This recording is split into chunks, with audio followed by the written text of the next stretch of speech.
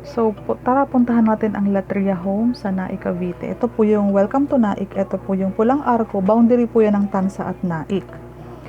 So, sa left side lang po, malapit lang yan sa boundary. Papasok na yun ng Latria Homes. Pwede po yan lakarin. Walking distance po. Ito po yung Antero Soriano Highway. Ayan po. So, ito pong kalsadang ito ay ang Antero Soriano Highway. Ayan, ito na yung ating isa pang landmark. Yan yung Uniwide or Coastal. Yan po yung space niya. Sa unahan po, ayan, may mga bus na po dyan going to PTEX. So, one bus ride to PTEX lang po tayo. Tumbok Cavitex po ang location natin. Ayan, makikita mo itong Naik Police Substation. Ito po yung kanto papasok. So, pag left side natin, andyan na yung Latria sa unahan. Walking distance po yan sa Antero Soriano Highway. One bus ride to PTEX. May mga bus na pong naka-standby dyan. Ayan po. Ayan. May mga nakaposting police dito sa checkpoint and may mga bakery, wet market. Ayan.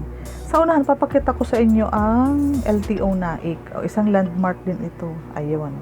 LTO Naik po. Sa unahan lang din po yan.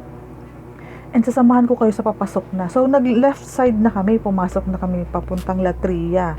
So, ayan po. Hindi talaga pinaalis yung mga Nara tree sa side na yan. Yan pong tarpaulin na malaki. Yan po yung Latria Homes. Yan po yung pinaka-entrance gate natin.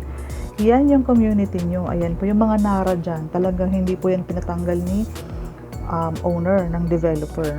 O, ito po yung ating landmark. Hanapin nyo lang po ako, si Miss Cindy Hapil. Ayan po. Pwede po kaming magstay dito sa, ayan, nagmamaning din po kami dyan. So, Latria Homes, kung gusto nyo ng tahimik na lugar, kasi maliit lang po ang community ng Phase 4, hindi po kayo aabot ng 180 units. Nandito din po yung office natin. Yun po yung palabas.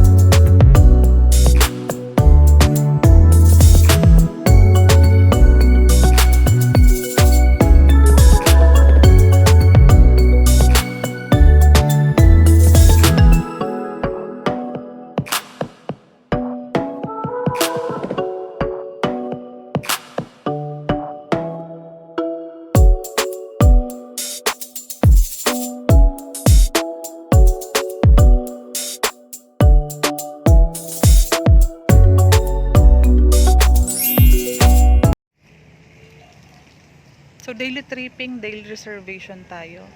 Link ng Facebook ko po nasa description box. Mabilis po ako mag-reply sa Messenger.